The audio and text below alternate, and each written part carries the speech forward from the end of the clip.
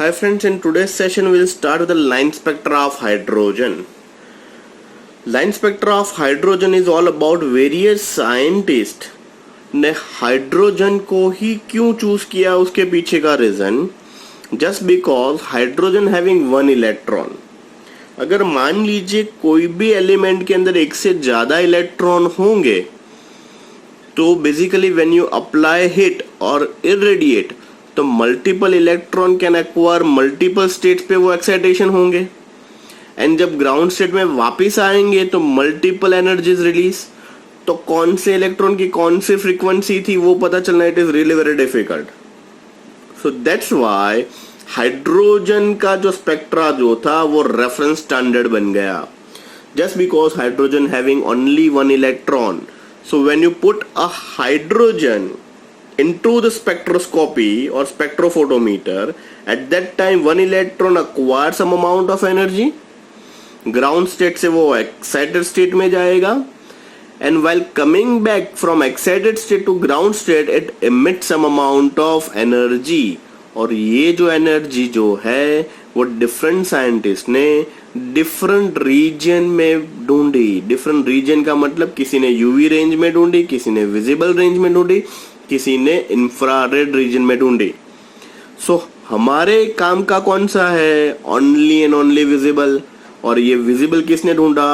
Balmer भाई साहब ने ढूंढा. So that's why most important is Balmer series. So let's start with the line spectra of hydrogen. When an electric discharge is pass through the gaseous hydrogen molecule dissociate and energetically excited hydrogen atom produce emit electromagnetic radiation of discrete frequency. The hydrogen spectra consists of the several series of lines named after their discoverer.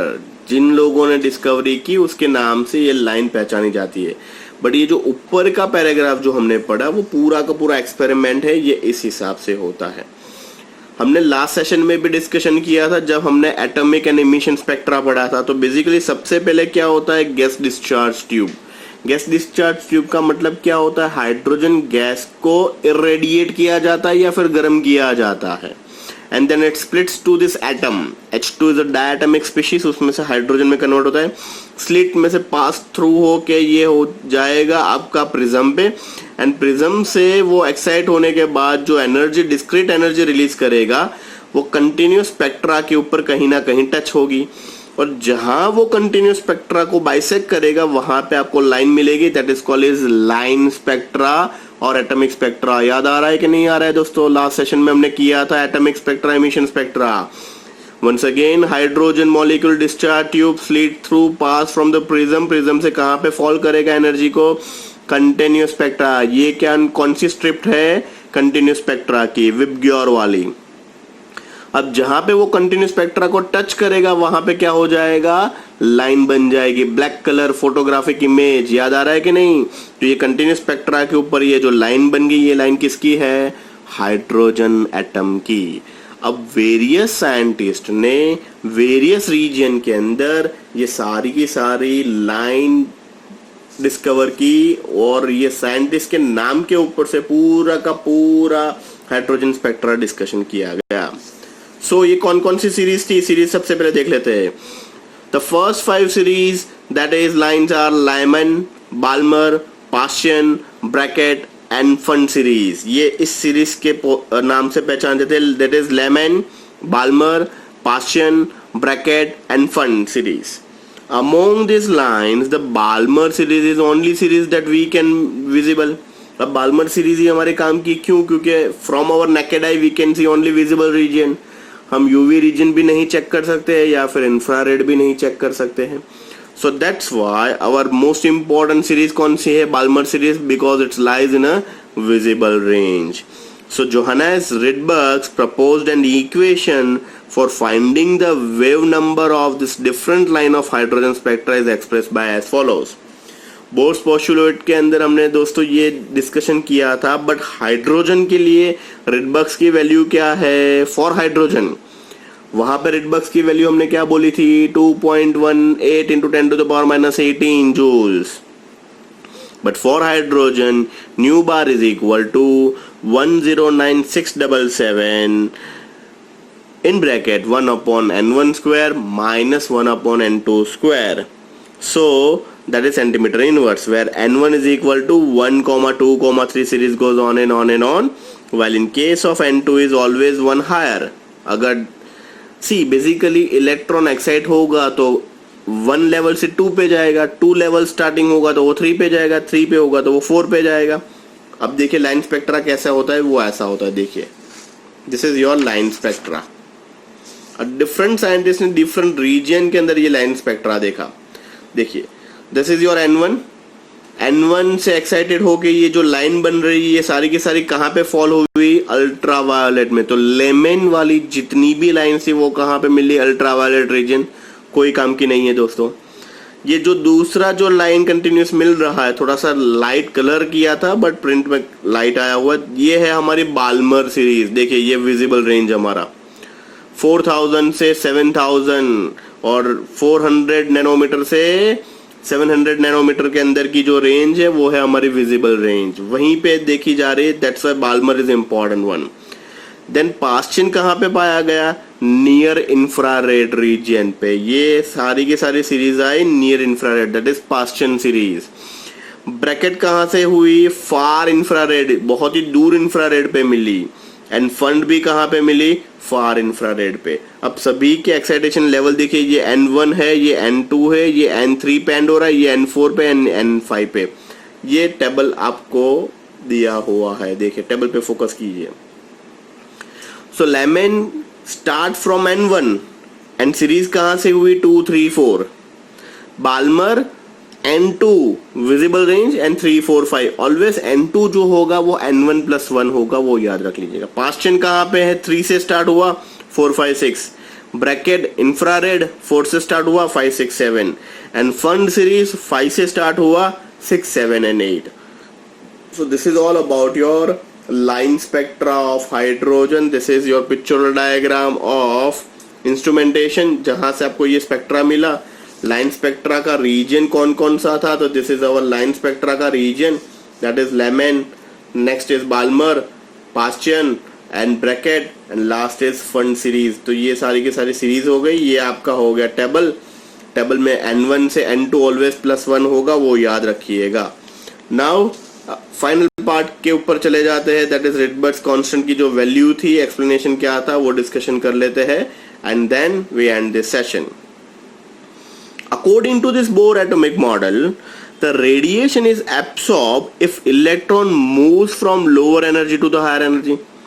हमने bore orbital already पढ़ लिया है postulate. उसमें clearly बताया है कि inner orbital से आप आउटर ऑर्बिटल में जा रहे हो तो आप एनर्जी एब्सॉर्ब करोगे. In case of outer orbital to inner orbital आप इमिट करोगे radiation. Once again, according to Bohr model, the radiation is absorbed if the electron moves from lower energy to this higher energy, and radiation is emitted if electron moves from higher energy to this lower energy. The energy gap between two orbitals is given by delta E is equal to E2 minus E1. So delta E is equal to, मैंने last में शायद आपको बताया था, NF minus NI से भी denote किया जाता है, where NF is equal to final and NI is equal to initial one. So basically ये क्या है, तो हमने ऊपर एक वैल्यू देखी कि 109677 into 10 to the power 7. तो ये वैल्यू कहाँ से आई, तो ये पूरा का पूरा उसका डेरिवेटिव पार्ट है. Nobody को ना ask anywhere, टेंशन मत कीजिए. ये सारा का सारा फॉर्मूला कुछ रट्टा मारने की जरूरत नहीं है. डेरिवेशन पार्ट आपको खाली ये लास्ट फाइनल वैल्यूज याद रखनी है. और ये वैल्यू कब लेनी है, जब हाइड्रोजन हो. तो अगर हाइड्रोजन नहीं है तो रिडबर्ग्स की वैल्यू क्या हो जाएगी, 2.18 into 10 to the power minus 18 joule. But जो हाइड्रोजन हो तो रिडबर्ग्स की वैल्यू क्या हो जाएगी, 1.09677 into 10 to the power plus 7. सो ये वैल्यू कहाँ से आई, ये इसका छोटा सा डेरिवेशन पार्ट है. रिमेनिंग डेरिवेशन पार्ट आपको याद करने की या रट्टा मारने की जरूरत नहीं है. आप फाइनल वैल्यूज याद रख लीजिए, that is more than sufficient.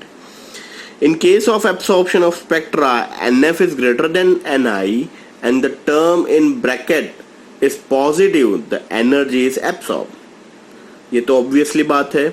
And on another hand, in case of emission पे क्या होगा, याद कीजिए, outer से inner की तरफ आओगे तो Ni is greater than to this NF, so delta E is negative, energy is released. तो मैंने बोला था ना कि माइनस और प्लस साइन आर एच की वैल्यू के अंदर चेंज आएगा, तो वो ये यहाँ पे जस्टिफिकेशन मैं दे रहा हूँ. In case of absorption spectra के अंदर क्या होगा, N F is greater than to this N I. In that time energy is absorb, जो वैल्यूज होगी वो पॉजिटिव होगी एंड एनर्जी एब्सॉर्ब हो रही. आप कुछ ले रहे हो तो that is positive. On another hand, in case of emission means you release some amount of energy, then Ni is greater than to this NF. Delta E की वैल्यू जो होगी वो नेगेटिव होगी and energy is released. So this is all about your small session or small topic, that is line spectra. अब line spectra के base के ऊपर कुछ न्यूमेरिकल एंड एक्सरसाइज में सॉल्व एग्जाम्पल पे अवेलेबल है, बट न्यूमेरिकल का एक पूरा का पूरा सेशन अलग से लेंगे.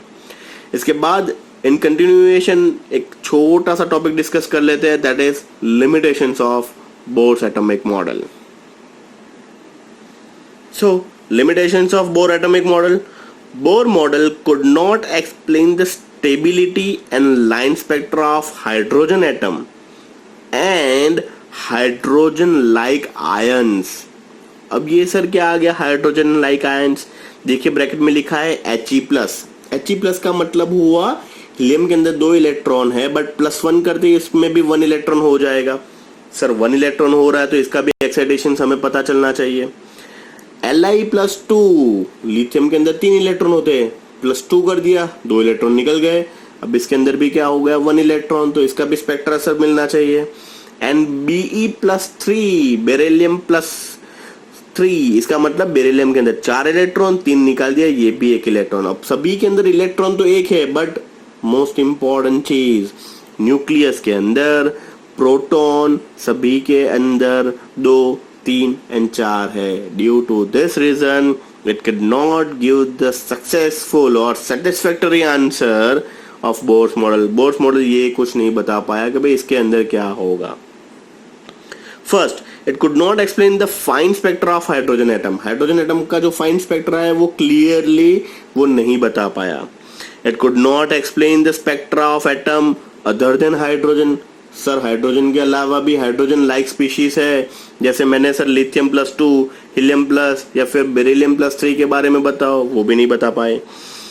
It was unable to explain the splitting of spectral line in the presence of electric field and magnetic field. अब ये क्या चीज है, तो सिंपल, जो लाइन स्पेक्ट्रा के अंदर जो लाइन है, जो अगर मैग्नेटिक फील्ड के अंदर रखते हैं तो वो स्प्लिट हो जाती है, एंड इलेक्ट्रिक फील्ड के अंदर रखते हैं तो भी स्प्लिट हो जाती है.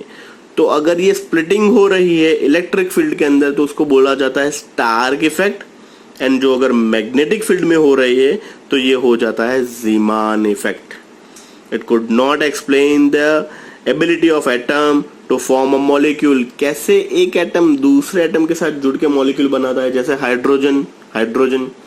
हाइड्रोजन प्लस है, दूसरा हाइड्रोजन भी प्लस है, तो प्लस प्लस इकट्ठा होकर H2 कैसे बन गया.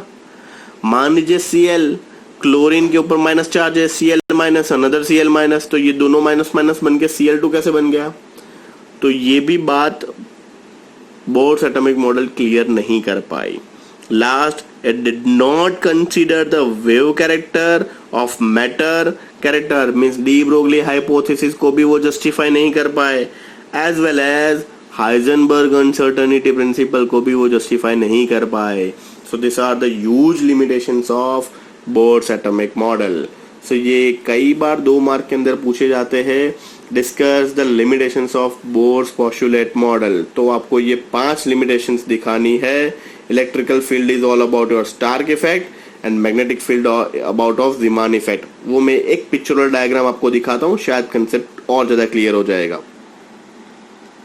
देखिए इन पिक्चोरल डायग्राम फर्स्ट Zn के अंदर एक ही लाइन है, दैट इज 4680 पे, but when you put this into this magnetic field, that one line splits into this 3 line. So it could not give the justification कैसे मैग्नेटिक फील्ड में रखते ही इसका स्प्लिटिंग हो रहा है। Likewise same effect, this is called Zeeman effect. ऐसा ही सेम अगर आप इलेक्ट्रिक फील्ड में रखोगे तो भी स्प्लिटिंग हो रहा है। तो इलेक्ट्रिक फील्ड में स्प्लिटिंग करोगे तो वो हो गया आपका Stark effect, and magnetic field में रखोगे तो उसका स्प्लिटिंग हो रहा है, that is called Zeeman effect. It could not give the satisfactory justification how this atomics or line spectra are split. So this is all about your limitations of Bohr's atomic model. This is all about your today's session.